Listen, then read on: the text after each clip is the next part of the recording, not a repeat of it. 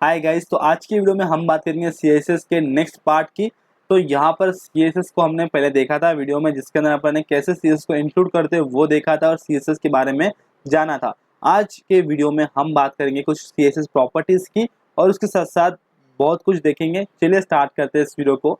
तो यहाँ पर हमने पिछले वीडियो में एक CSS की फाइल बनाई थी, आप देख सकते हो CSS tutorial.css, और एक HTML फाइल भी बना रखी थी और एक ही फोल्डर में थी वो CSS नाम के। अब मैं यहाँ पर क्या करूँगा, एक और CSS की फाइल बनाऊँगा, CSS बेसिक टैग्स, या फिर अपन बोल सकते हैं CSS प्रॉपर्टी। तो मैं CSS प्रॉप्स करके यहाँ पे एक फाइल बनाऊँगा .css, और ये फाइल अपने को लगने वाली है। और मैं यहाँ पर HTML तो यही रहने देता हूँ, और उसके साथ साथ यहाँ पर अपने मैं एक काम करता हूँ, HTML भी फाइल बना ही लेता हूँ, CSS props.html। तो बना के रख लेते हैं ताकि अपने को कन्फ्यूजन ना हो, बाद में कोड काम में आए।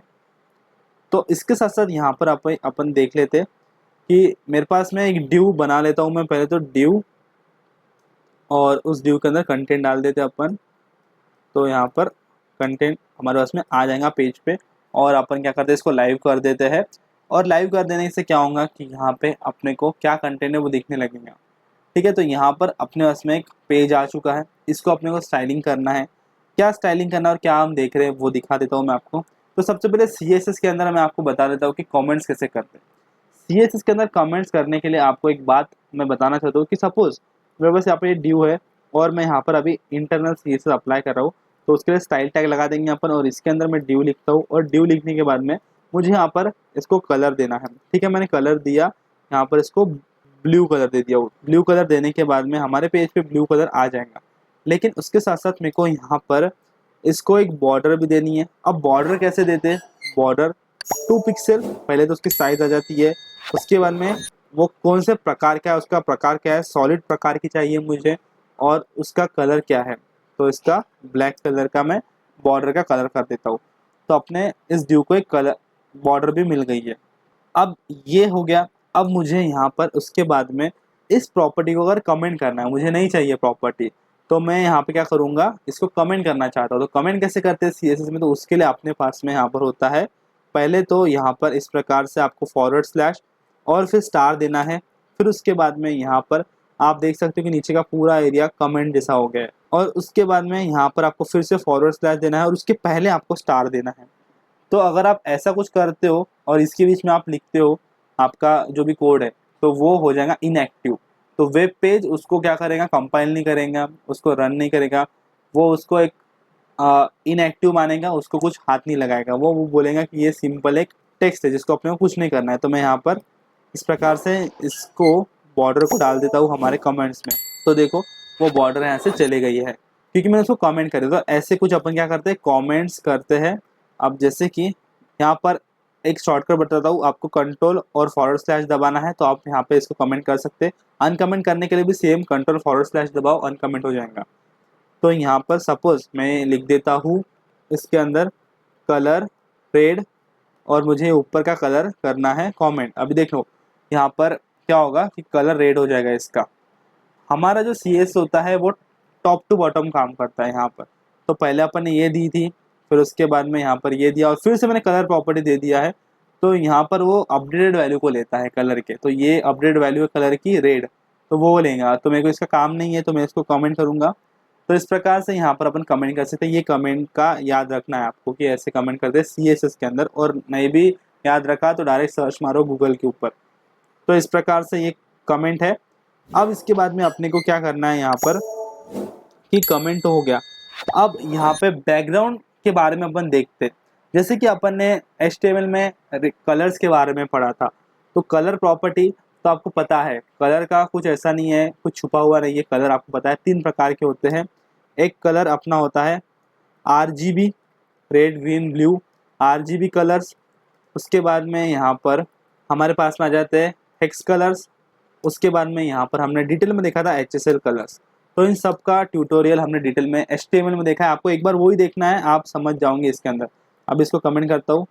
तो ये 3 प्रकार के हमारे इसमें होते हैं, और CSS में कलर्स को देख के हम टाइम वेस्ट नहीं करेंगे, क्योंकि यहाँ पर सिंपल आपको RGB यूज़ करना है, तो आपको क्या करना पड़ेगा, आपको बस यहाँ पर RGB कोड लिखना है और RGB कोड तो आपको हर जगह मिल जाएगा। तो अब मैं यहाँ पर RGB लिखता हूँ और आपको जो भी वैल्यू देनी है यहाँ पर 0 to 250 समथिंग रहती है, 256 समथिंग रहती है वो वैल्यूज़, तो वो आप यहाँ पर दे सकते हो। अब मैं यहाँ पर 55 देता हूँ, इसके बाद में यहाँ पे कुछ और देता हूँ और उसके बाद में यहाँ पे कुछ और वैल्यू देता हूँ। तो अब देखो एक नया ही कलर बन गया है यहाँ पर और वो कलर अपने इसको मिलेगा, ये देखो ऐसा कलर मिल गया है। तो RGB, HSL और यहाँ पर हेक्स कलर्स हम दे सकते हैं। तो कलर्स के ऊपर अपन टाइम वेस्ट नहीं करेंगे, मैं आपको यहाँ पर एक प्रॉपर्टी बता देता हूँ कि अपन क्या कर सकते हैं, बैकग्राउंड कलर दे सकते हैं। ये प्रॉपर्टी आपको पता है, बैकग्राउंड कलर, यहाँ पर आपको बैकग्राउंड कलर देते आता है। अगर मैं इसको स्काई ब्लू करूँगा तो हमारा जो पेज है इसको यहाँ पर स्काई ब्लू कलर की प्रॉपर्टी मिल जाएंगी। अब स्काई ब्लू कलर का इसे प्रॉपर्टी मिल चुका है। ऐसे ही अपन क्या कर सकते हैं, इमेजेस भी लगा सकते हैं बैकग्राउंड में।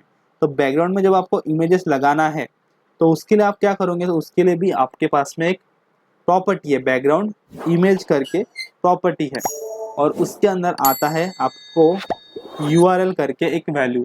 अब ये URL के अंदर आपको क्या करना पड़ेगा, यहाँ पर उसकी पाथ देनी पड़ेगी, जो भी आपके पास में इमेज है उसकी पाथ देनी पड़ेगी। तो अभी मेरे पास इमेज तो है, डॉट डॉट करता हूँ, मैं बैक जाता हूँ और इमेजेस हमारे पास यहाँ पर बहुत सारी है। तो मैं यहाँ पे अब जाता हूँ पेज पे और आप देख सकते हो कि यहाँ पर ये मैंने अभी ड्यू के अंदर लगाया है तो सिर्फ इतनी इमेज आई है।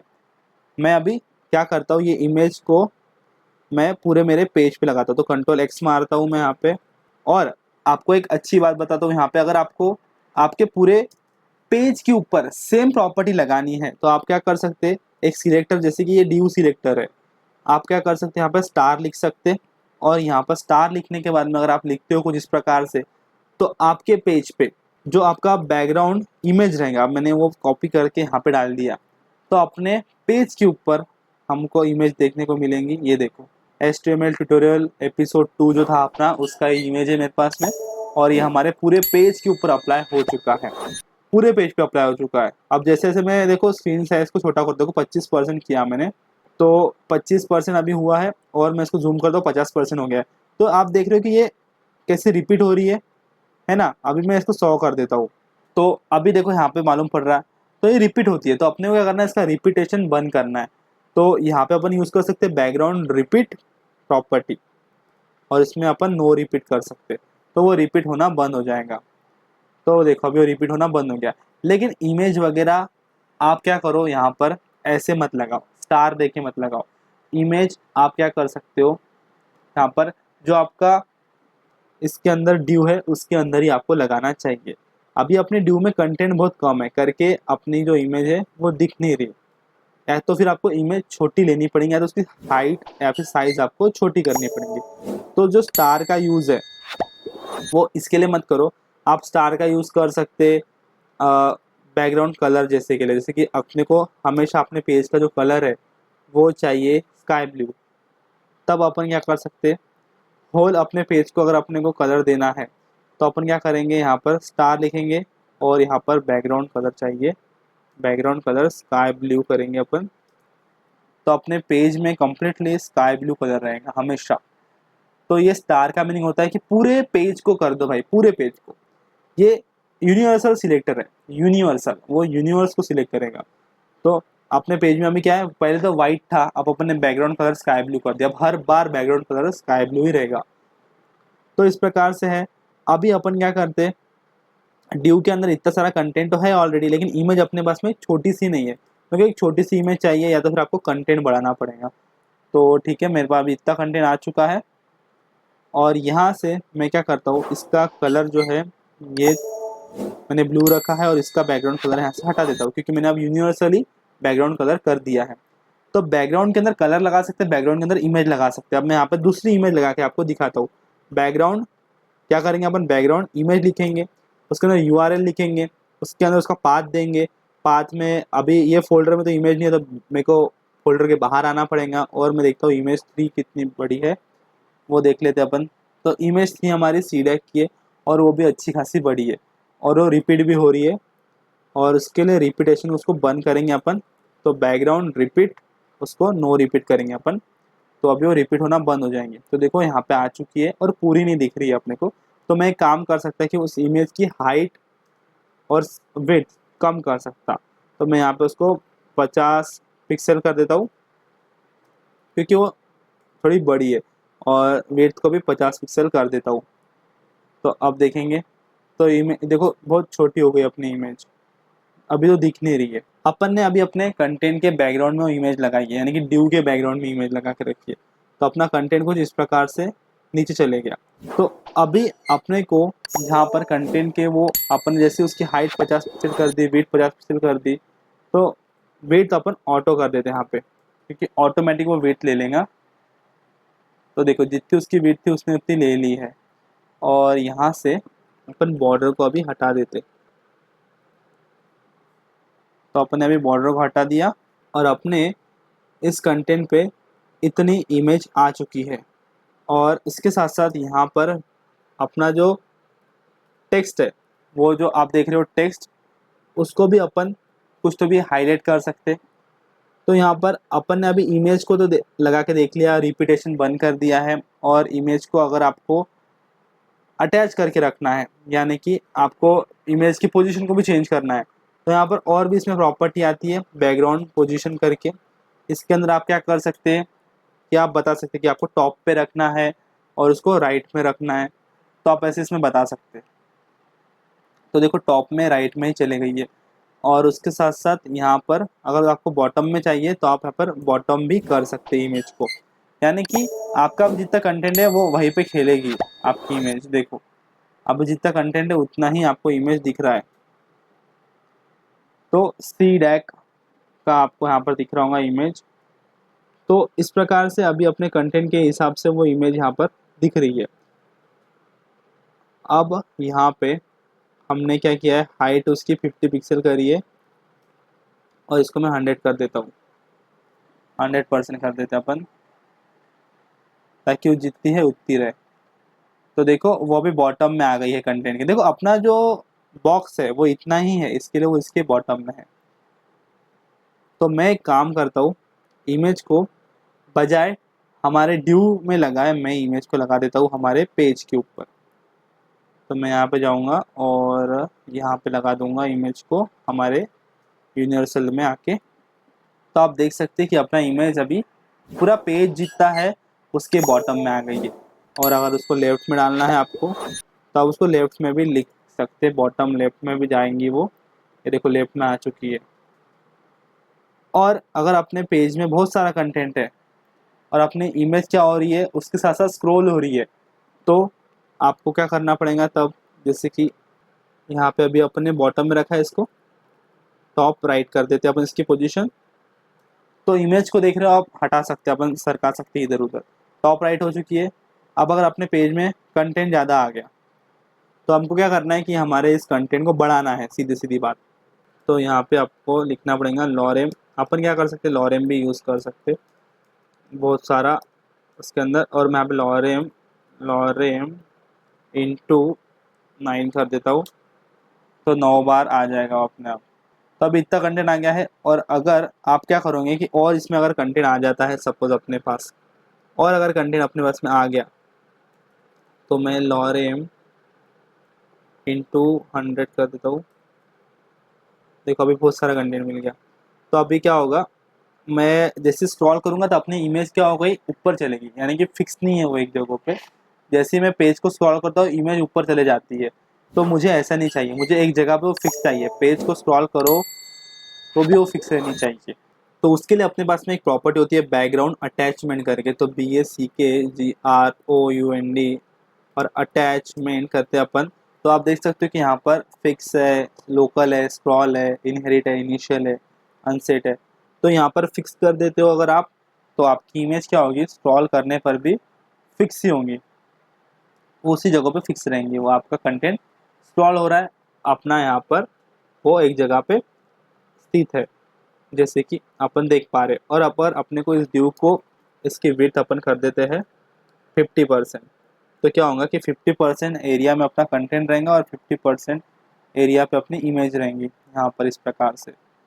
तो ऐसे भी अपन कर सकते हैं। अब ये कंटेंट बहुत हो गया है, मैंने यहाँ पर इसमें बहुत कुछ डाल दिया है, तो अपन इसको एक बार हटा देते हैं। अभी मैंने हटा दिया है, बट आपको समझ में आया कि स्क्रॉल करने पर भी अपनी इमेज अभी फिक्स रहेंगी। अगर स्क्रॉल कराना है तो आप क्या कर सकते हैं कि यहाँ पर इसमें बैकग्राउंड अटैचमेंट जो प्रॉपर्टी है अपनी, उसको स्क्रॉल यूज़ कर सकते। तो आप स्क्रॉल करोगे तो वो स्क्रॉल हो गई, देखो वो स्क्रॉल हो रही है, ठीक है। तो आपको उसको स्क्रॉल कराना है तो स्क्रॉल हो जाती है। और एक बात यहाँ पर अपन क्या कर रहे हैं कि स्टार पे अप्लाई कर रहे हैं, तो आपको इसको स्टार मत करो, आप इसको बॉडी कर दो ताकि पेज में जो बॉडी है उस पर अप्लाई हो। स्टार यानी कि उससे क्या होगा कि अपन यूनिवर्सल, जब हर इस पे एक ही देना है अपने को तब अपन यूज़ करते हैं, वो आपके लिए मैं यहाँ पे दे रहा हूँ। तो इसमें बॉर्डर साइजिंग, बॉर्डर बॉक्स, ऐसा अपन बहुत बार ये प्रॉपर्टी यूज़ करते हैं। तो क्या होता है उससे कि बॉर्डर के जैसे आजू बाजू से आप देख सकते हो ऐसी स्पेसेस आ रही है, तो वो आ जाता है। तो अभी हमने देख लिया। अब इतना सारा अपन ने बैकग्राउंड का देखा, कलर देखा लगाना, इमेज लगाना देखा, क्योंकि आपने देखा होगा कि बहुत सारी वेबसाइट्स में बैकग्राउंड में इमेजेस लगी होती है अच्छी अच्छी। अब अच्छी अच्छी इमेजेस आपको कहाँ से मिलेंगी, तो अनस्प्लैश करके वेबसाइट है, उसके साथ साथ यहाँ पर पिक्सेल्स करके वेबसाइट है, इनके ऊपर आपको फ्री स्टॉक इमेजेस मिल जाएंगी जो कि बहुत अच्छी होती है और वो अपन अपने पेज में लगा सकते हैं। अब जैसे कि यहाँ पर आपको बहुत सारी इमेजेस मिल जाएंगे अच्छे अच्छे, और वो फ्री में हम डाउनलोड कर सकते हैं और अपने वेबसाइट पे लगा सकते हैं। आप ट्रैवलिंग की वेबसाइट बना रहे तो उसमें बैकग्राउंड में आप लगा सकते हैं, फिर कंटेंट दिखा सकते हैं। तो यहाँ पर क्या होता है कि आपका इमेज बैकग्राउंड में है और उसके ऊपर अपन वो लगा रहे हैं। मैं कोशिश करूँगा कि नेक्स्ट वीडियो में अंदर मैं एक ऐसा कुछ भी बना के दिखाऊँ आपको। वैसे भी अपन अभी यहाँ पे बेसिक देख रहे हैं उसका। और आखिरी में मैं आपको एक शॉर्ट हैंड प्रॉपर्टी बताता हूँ कि आप जैसे कि हमको ये अलग अलग लिखना पड़ रहा बैकग्राउंड के लिए, तो इसके लिए अपन एक साथ लिखना चाहते हैं अगर इसको, तो उसके लिए अपने पास में और एक प्रॉपर्टी, तो अपने को लिखना पड़ेगा बैकग्राउंड, और इसके अंदर अपन लिख सकते हैं सबसे पहले बैकग्राउंड कलर, जो भी कलर आपको देना है आप वो कलर यहाँ पर दे सकते हो। जैसे कि यहाँ पर हमको इसमें मिल जाएगा, देखो इन्होंने यहाँ पे अपने को बैकग्राउंड शॉर्ट हैंड के बारे में बताया। पहले तो आपको कलर देना है, तो हेक्स में इन्होंने यहाँ पे कलर दे दिया है F F F F F F, यानी कि वाइट कलर यहाँ पे इन्होंने दे दिया है। फिर उसके बाद में आप यहाँ पे उसका यूआरएल दे सकते हैं। यूआरएल में आपको एक इमेज देनी पड़ेगी, तो अपने उसमें इमेज तो फोल्डर के बाहर है, ये दे दी मैंने इमेज। और उसके बाद में यहाँ पर आपको उसका कहाँ पे आपको चाहिए वो बताना है। जैसे कि यहाँ पे आप देख सकते हो वो रिपीट होनी चाहिए कि नहीं वो बताना है, तो नो रिपीट, हमको रिपीट नहीं करानी है। उसके बाद में यहाँ पे अपने को लिखना है उसका कौन से पोजीशन पे आपको चाहिए, तो अपन अभी गलत लिख रहे हैं, यहाँ पर लिखना पड़ेगा नो रिपीट। फिर उसके बाद में वो टॉप में आपको चाहिए और राइट में चाहिए, या तो आप उसको बॉटम राइट आपके हिसाब से आप कर सकते हैं, बॉटम राइट, ठीक है। अभी आप देखते हैं कि अपने पेज पे एक और इमेज आ गई होंगी, देख सकते हैं आप। तो अभी अपने पेज पे एक इमेज आ चुकी है और देखो ये बैकग्राउंड में लगी है, और ये बैकग्राउंड में है बाय द वे, ये मैंने अलग से इमेज टैग करके यूज़ नहीं लगाया है, ये बाय द वे अपने बैकग्राउंड में लगी हुई है ये इमेज। तो इस प्रकार से अपने पेज में एक इमेज आ चुकी है और बॉडी में एक इमेज आ चुकी है। और देखो ये जो पहले बैकग्राउंड लगा था वो अलग है और ये अलग है, ये इसकी short and property, short and property यानी कि एक लाइन में आपको लिखना है तो आप लिख सकते हो। और शॉर्ट एंड प्रॉपर्टी के बारे में मैं आपको बताऊंगा पैडिंग और मार्जिन के वक्त। तो आई होप आपको बैकग्राउंड समझाऊंगा, सीएसएस के थ्रू अपन बैकग्राउंड कैसे बनाते हैं वो आप समझे होंगे। आई होप आपको वीडियो अच्छा लगा होगा, इसको जरूर से लाइक कर देना, आपके दोस्तों को शेयर कर देना। अभी तक प्लेस को फॉलो नहीं किया, फॉलो कर लो, सेव कर लो, टॉप स्टार को सब्सक्राइब कर लो ऐसे ही और वीडियोस के लिए। मिलते हैं नेक्स्ट वीडियो में नए ट्यूटोरियल्स के साथ।